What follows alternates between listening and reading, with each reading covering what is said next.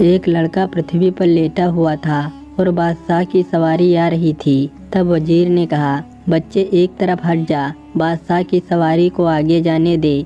तब बच्चे ने कहा, कौन सा बादशाह, कैसा बादशाह? अरे उस बादशाही के भय का डेरा लगा हुआ है जो बचपन जवानी असंत रहने वाला कैसा बादशाह भला हो सकता है?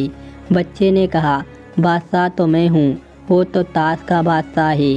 आज बादशाही इसके पास है, कल नहीं रहेगी, और मेरी बादशाही सदा मेरे पास रहेगी, और मेरी बादशाही अमर अविनाशी है, और तेरे बादशाह की बादशाही विनाशी है। वजीर ने सोचा है लड़का तो सच बोल रहा है। तब फिर उस लड़के ने कहा, तेरा बादशाह तो जन्मे मरने वाला है और मैं तो जन्मा हूँ। वजीर यह बातें सुनकर आश्चर्य में रह गया और बादशाह को सारी बात कह दी।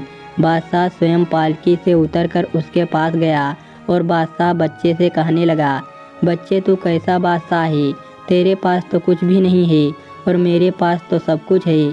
तब लड़का कहने लगा, राजन जो कुछ तेरे पास है वह तेरा नहीं है, वह कल किसी और का होगा, और जो मेरे पास है वह मेरा ही रहेगा। मेरे माल को ब्रह्मा विष्णु महेश भी नहीं छीन सकते। राजा ने सोचा लड़का बहुत बुद्धिमान और विचारमान है, इसको अपना लड़का बना लेना चाहिए। तब राजा ने कहा, बेटा तू मेरा बेटा बनना चाहेगा? तब लड़के ने कहा, राजन तुम मुझे कौन सा सुख दे सकोगे? तब राजा ने कहा, बेटा जो मैं खाऊंगा वही खिलाऊंगा, जो मैं पहनूंगा वही तुम्हें पहनाऊंगा, सुंदर सेजों पर सोता हूँ, सुंदर सेजों पर सुलाऊंगा, और जो भी सुख मुझे प्राप्त होंगे वह सब सुख तुम्हें दूंगा। तब लड़के ने कहा, राजन जिसने मुझे पहले बेटा बना रखा है उसने मुझ पर इतनी कृपा दृष्टि कर रखी है जिसका मुझे अंत नहीं। वह मुझे खिलाता है, आप नहीं खाता, मुझे सुलाता है, आप नहीं सोता, मुझे कपड़े पहनाता है, आप नहीं पहनता। क्या तुम ऐसा कर सकोगे? राजा ने कहा, मैं ऐसा नहीं कर सकूँगा। तब लड़का कहने लगा, पहले मालिक को छोड़कर दूसरा मालिक बनाना पहले मालिक की तौहीन है। तब राजा ने कहा, मेरे बच्चे क्या तू अपने मालिक के दर्शन करा सकते हो?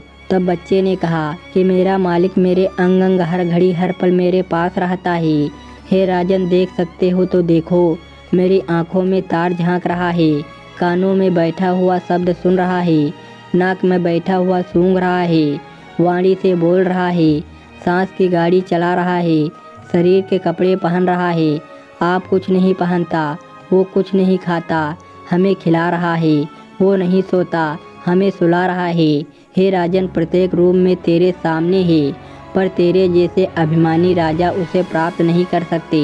तेरे मेरे में इतना ही अंतर है। तुम देखते हो मैं मानता हूँ, शरीर को मैं मानने वाला जन्म मरण की ठोकरें खाता रहता है, और मैं आत्मा का निवास करने वाला सदा के लिए अमर पल में निवास करता है। तुम मुझे 5 भौतिक शरीर समझ रहे हो, मैं 5 भूतों का भूतनाथ हूँ।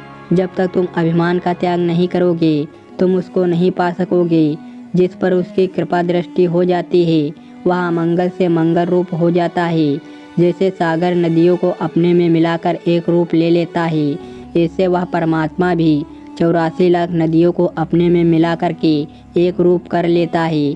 जैसे गंगा यमुना गोदावरी सरस्वती का नाम सागर हो जाता है, वैसे जीवन भी अपने नाम रूप को उड़ाकर उसी का रूप हो जाता है। लोग कहते हैं कि प्रभु कृपा नहीं करता। सुंदर तन, सुंदर मन, सुंदर परिवार कृपा नहीं तो क्या है। कहानी अच्छी लगी हो दोस्तों तो लाइक और सब्सक्राइब करिए। धन्यवाद दोस्तों।